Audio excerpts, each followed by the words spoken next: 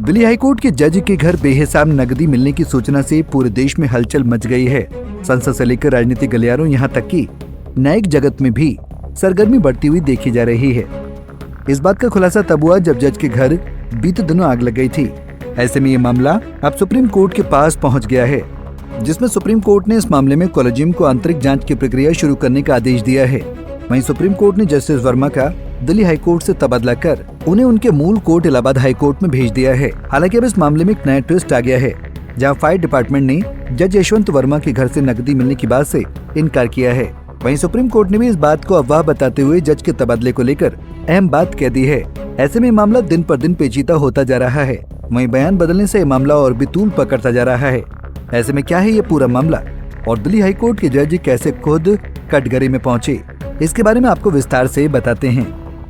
दरअसल दिल्ली हाईकोर्ट के जज यशवंत वर्मा की मुश्किलें उस वक्त बढ़ गईं जब उनके दिल्ली स्थित सरकारी आवास पर बड़ी रकम मिलने की सूचना बाहर आई। ये सूचना ईडी या सीबीआई की छानबीन के बाद सामने नहीं आई, बल्कि ये सूचना दमकल विभाग की टीम ने दी है। आप सोचेंगे कि कैसे, तो आपको बता दें कि दिल्ली हाईकोर्ट में जज यशवंत वर्मा कुछ दिनों के लिए अपने घर से बाहर गए थे। इस दौरान उनका परिवार लुटियन जोन स्थित घर पर मौजूद था, लेकिन इसी बीच उनके घर में आग लगने की घटना हुई। ये घटना होली के दिन 14 मार्च को घटी। वहीं आग घर के एक स्टोर रूम में लगी थी, जहां पर स्टेशनरी और घर का कुछ सामान रखा हुआ था, जिसके बाद उनके परिवार वालों ने इसकी सूचना दमकल विभाग को दी। मौके पर पहुंची दमकल विभाग की टीम ने आग बुझाने का काम किया, लेकिन इस दौरान ही एक ऐसी जानकारी सामने आई जिससे हर कोई दंग रह गया। उनके घर पर आग बुझाने के दौरान भारी मात्रा में नकदी बरामद हुई, जिसकी सूचना फायर ब्रिगेड की टीम ने पुलिस को दी, जिसके बाद अभी मामला सुप्रीम कोर्ट के संज्ञान में है। ऐसे में जब सुप्रीम कोर्ट को इस मामले की जानकारी हुई तो सुप्रीम कोर्ट ने इसके लिए विगत 20 मार्च को कॉलेजियम की एक बैठक बुलाई, जिसकी अध्यक्षता चीफ जस्टिस संजीव खन्ना ने की, जिसमें कॉलेजियम ने जस्टिस यशवंत वर्मा के खिलाफ आंतरिक जांच शुरू करने की बात कही।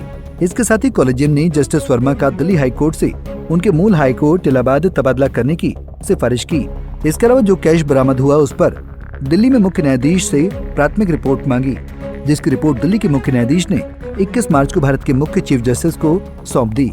लेकिन अब इन सब के बीच इस केस में एक नया खुलासा हुआ है, जिससे पूरा मामला ही पलट गया है। दरअसल आग बुझाने गए अग्निशमन विभाग के अधिकारियों ने अब इस बात से इनकार कर दिया है कि उन्होंने आग लगने की घटना के दौरान भारी मात्रा में नकदी मिली है। फायर डिपार्टमेंट के चीफ अतुल गर्ग ने इस मामले में बड़ा खुलासा करते हुए बताया है कि आग बुझाने के दौरान उन्हें या उनकी टीम को कोई नकदी नहीं मिली है। वहीं अब सुप्रीम कोर्ट ने भी इस मामले में कॉलेजियम के साथ 21 मार्च को हुई बैठक में कहा है कि जस्टिस यशवंत वर्मा के खिलाफ गलत सूचना और अफवाहें फैलाई गई हैं। इसके अलावा सुप्रीम कोर्ट ने कहा कि जस्टिस यशवंत वर्मा का तबादला होना भी उनके घर में नकदी मिलने के मामले से बिल्कुल संबंधित नहीं है। सुप्रीम कोर्ट ने कहा कि दोनों ही मामले अलग अलग हैं।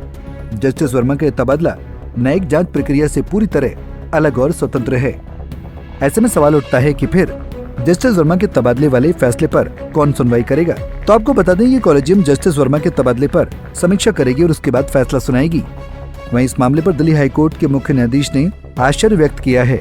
उन्होंने इस घटना पर खेद जताते हुए इस मामले को हैरानी वाला मामला बताया है।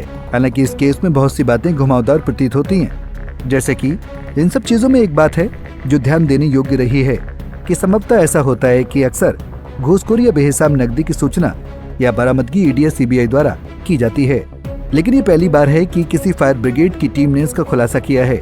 वही अब जब फायर ब्रिगेड की टीम इस बात से मुकर रही है तो सबसे बड़ा सवाल ये उठता है कि फिर नकदी की सूचना कैसे और कब मिली और ये बाहर कैसे आई।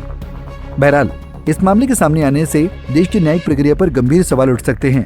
वहीं ऐसे मामलों से जनता के न्यायपालिका पर विश्वास कम हो सकता है। इसके अलावा न्यायपालिका की पारदर्शिता और निष्पक्षता पर भी सवाल खड़े हो सकते हैं। वहीं अब अगर जस्टिस वर्मा इस मामले में दोषी पाए जाते हैं तो उन पर भ्रष्टाचार और घूसखोरी जैसे कई गंभीर आरोपों के मामले पर कड़ी कार्रवाई की जा सकती है। वहीं देखना यह भी होगा कि इस जज के अलावा कोई अन्य राजनीतिक या न्यायिक व्यक्ति तो इसमें शामिल तो नहीं था। Bureau report, Punjab Kesari TV.